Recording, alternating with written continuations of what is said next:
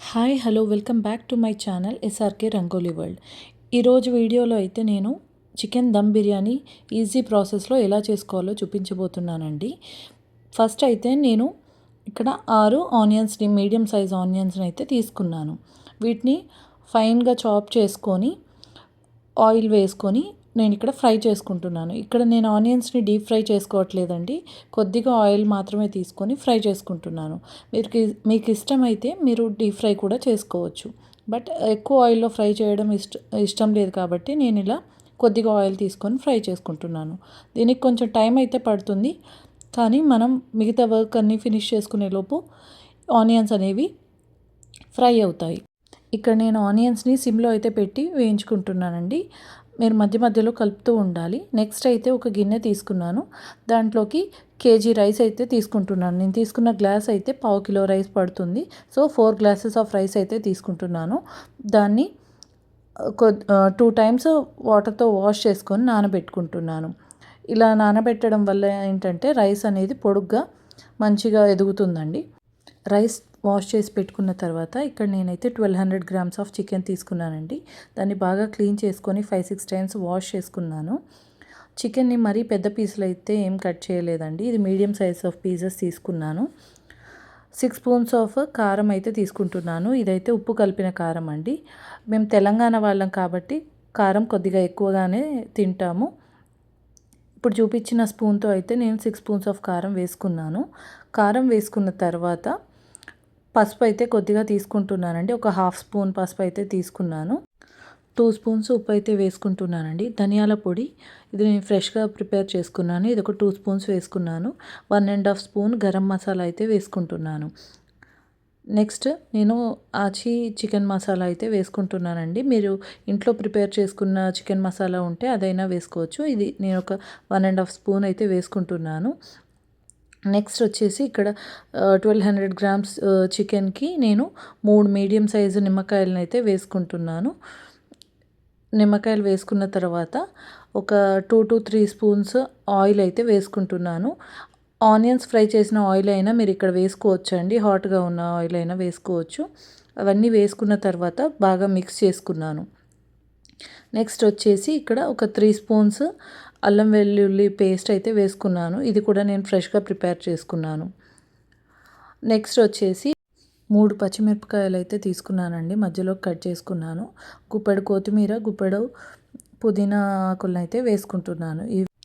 Next మనం ముందుగా fry చేసుకున్న ఆనియన్స్ని వేసుకోవాలి. మొత్తం ఆనియన్స్ని వేసుకోకూడదండి. ఇక్కడ నేను కొద్దిగా ఆనియన్స్ని పక్కకు పెడుతున్నాను, బ్యాలెన్స్ ఉన్న ఫ్రైడ్ ఆనియన్స్ మొత్తం వేసుకుంటున్నాను. ఇవి వేసుకున్న తర్వాత ఒకసారి దీన్ని బాగా మిక్స్ చేసుకోవాలి. చికెన్ని మ్యారినేట్ చేసిన తర్వాత 1 అవర్ 2 అవర్స్ మ్యారినేట్ చేసి ఫ్రిడ్జ్లో పెట్టుకోవాలి అంటారు కదండి. ఇక్కడ మనం డైరెక్ట్గా చేసేసుకుంటున్నాము దమ్ బిర్యానీని. ఎందుకంటే ఇక్కడ నేను ఉప్పు, కారం, మిగతా మసాలాలు, నిమ్మరసం ఇవన్నీ ఫస్ట్ వేసి మిక్స్ చేసుకున్న తర్వాత నెక్స్ట్ అల్లం వెల్లిపాయ పేస్ట్ వేసి మిక్స్ చేసుకున్నాను. ఆ తర్వాత పెరుగు, మిగతావన్నీ వేసుకుంటున్నాను. ఇలా చేయడం వల్ల ఏంటంటే పీసెస్కి ఉప్పు కారం అనేది బాగా పడుతుంది. నిమ్మరసం కూడా బాగా పట్టడం వల్ల ఎక్కువసేపు మ్యారినేట్ చేయాల్సిన పని లేదు. అండ్ నెక్స్ట్ నేను ఇక్కడ వచ్చేసి పెరుగు యాడ్ చేసుకుంటున్నానండి. మీ దగ్గర గడ్డ పెరుగు ఉంటే గడ్డ పెరుగు అయినా యాడ్ చేసుకోవచ్చు. ఇన్ కేస్ పెరుగు తక్కువగా ఉంది అంటే ఒక 2 మీడియం సైజ్ టమాటాలని బాయిల్ చేసి తొక్క తీసేసి టమాటాలని మిక్సీ పట్టి ఆ ప్యూరీని ఇందులో యాడ్ చేసుకోవచ్చు. అండ్ నెక్స్ట్ నేను ఇక్కడ ఒక పెద్ద సైజ్ గిన్నె తీసుకున్నానండి. దీంట్లోకి కొద్దిగా ఆయిల్ యాడ్ చేసుకోవాలి. ఒక 2-3 స్పూన్స్ ఆయిల్ అయితే యాడ్ చేసుకున్నాను. ఆయిల్ హీట్ అయిన తర్వాత 2 బగారా ఆకుల్ని కట్ చేసి వేసుకున్నానండి. ఆ తర్వాత 2 ఇంచుల దాల్చిన చెక్క, 3-4 లవంగాలు వేసుకున్నాను. అలాగే బగారా పువ్వును కూడా యాడ్ చేసుకున్నాను. బగారా పువ్వు యాడ్ చేసుకోవడం వల్ల రైస్కి మంచి ఫ్లేవర్ వస్తుంది.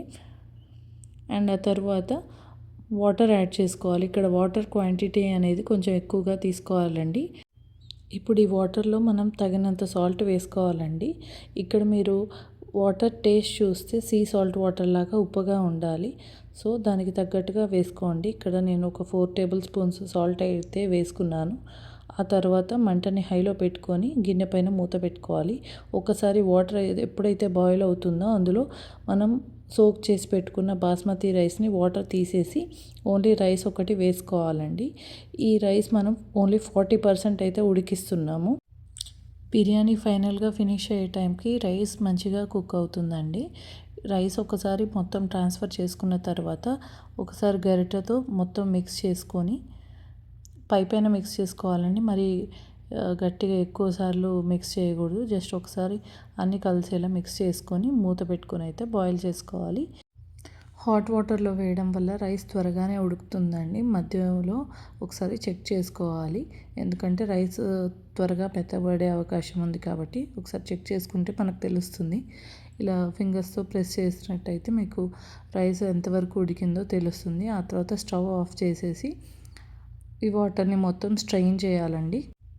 దమ్ బిర్యానీ చేయడానికి ఫైనల్ స్టెప్లోకి అయితే వచ్చేసామండి. ఇక్కడ నేను వెడల్పాటి గిన్నెనైతే తీసుకున్నాను. ఇలాంటి గిన్నె తీసుకోవడం వల్ల బిర్యానీ అనేది ఈవెన్గా కుక్ అవుతుంది. అదే మీరు పొడుగ్గా ఉన్న గిన్నె తీసుకుంటే బిర్యానీ అనేది ప్రాపర్గా కుక్ అవ్వదండి. రైస్ అనేది కొంచెం గట్టిగా అవుతుంది. ఫస్ట్ అయితే నేను నెయ్యి వేసుకున్నానండి. ఇక్కడ నెయ్యి క్వాంటిటీ కొద్దిగా ఎక్కువ తీసుకున్నాను, ఆయిల్ క్వాంటిటీ కొంచెం తక్కువగా తీసుకున్నాను. ఈ ఆయిల్ వేడైన తర్వాత ఇందులో ఫస్ట్గా మ్యారినేట్ చేసి పెట్టుకున్న చికెన్ అయితే యాడ్ చేసుకుంటున్నానండి. చికెన్ యాడ్ చేసుకున్న తర్వాత దాన్ని ఈవెన్గా స్ప్రెడ్ చేసుకోవాలి. ఒకవైపు ఎక్కువ ఇంకోవైపు తక్కువ కాకుండా ఈవెన్గా స్ప్రెడ్ చేసుకోవాలండి. ఆ తర్వాత ఆయిల్ని కూడా మధ్యలోకి కూడా వచ్చేటట్టుగా స్ప్రెడ్ చేసి పెట్టుకోవాలి పీసెస్ని. ఇక్కడ ఈవెన్గా స్ప్రెడ్ చేసుకోవాలండి. మీకు చూడడానికి ఆయిల్ ఎక్కువైనట్టు అనిపిస్తుంది, బట్ వన్స్ రైస్ కుక్ అయ్యే టైంకి అంతా సెట్ అయిపోతుంది. ఆయిల్ పైనకి తేలిన తర్వాత మనం ఏదైతే రైస్ బాయిల్ చేసి పెట్టుకున్నామో దాన్ని వడగట్టుకున్నామండి. దాన్ని ఈవెన్గా స్ప్రెడ్ చేసుకోవాలి. ఎక్కడ పైకి కిందికి ఉండకుండా నీట్గా స్ప్రెడ్ చేసుకోవాలి. ఆ తర్వాత పుదీనా ఇంకా ముందుగా ఫ్రై చేసుకున్న ఫ్రైడ్ ఆనియన్స్ని పైన స్ప్రెడ్ చేసుకోవాలండి ఈవెన్గా. ఆ తర్వాత కొద్దిగా నెయ్యిని కూడా అక్కడక్కడ వేసుకోవాలి. పైనుంచి హాట్ వాటర్ యాడ్ చేసుకోవాల్సిన పని లేదండి, ఎందుకంటే చికెన్లో ఉన్న వాటర్ మనం పైనుంచి దమ్ పెడుతున్నాం కాబట్టి ఆ వాటర్తోనే ఈ పైన ఉన్న రైస్ అయితే కుక్ అవుతుంది. పీసెస్ కూడా చాలా బాగా కుక్ అవుతాయి. పుదీనా, ఫ్రైడ్ ఆనియన్స్, నెయ్యి యాడ్ చేసుకున్న తర్వాత ఈ లిడ్ని అయితే క్లోజ్ చేసుకోవాలండి. లిడ్ క్లోజ్ చేసుకున్న తర్వాత ఇక్కడ నేనైతే కింద ఒక ఐరన్ ప్యాన్ అయితే పెట్టుకుంటున్నానండి. మీరు ఓన్లీ ఐరన్ ప్యాన్ మాత్రమే పెట్టుకోవాలి. నాన్ స్టిక్ ప్యాన్ పెట్టుకుంటే అయితే ఖరాబ్ అవుతుంది. ఈ దమ్ బిర్యానీని ఆవిరి పోకుండా కుక్ చేయాలండి, ఆవిరి మీదే కుక్ చేయాలి. ఇక్కడ నేనైతే మైదా పిండి లాంటిది ఏం యూజ్ చేయట్లేదు.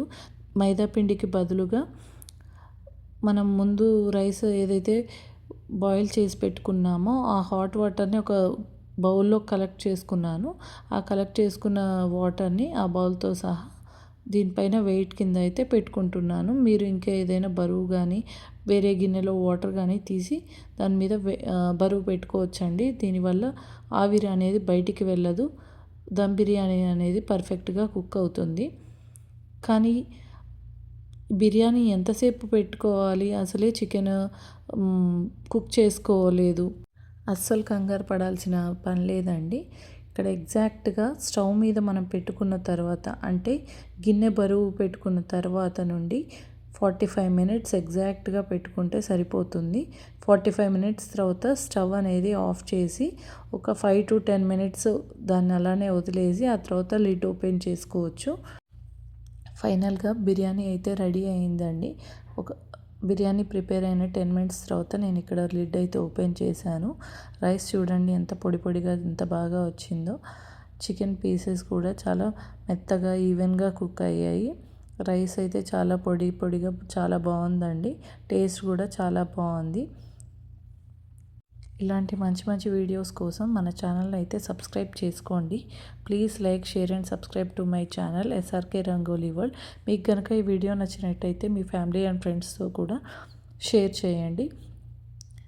మీరు ఈ రెసిపీని ట్రై చేసినట్టయితే కమెంట్ చేయండి. Thank you for watching.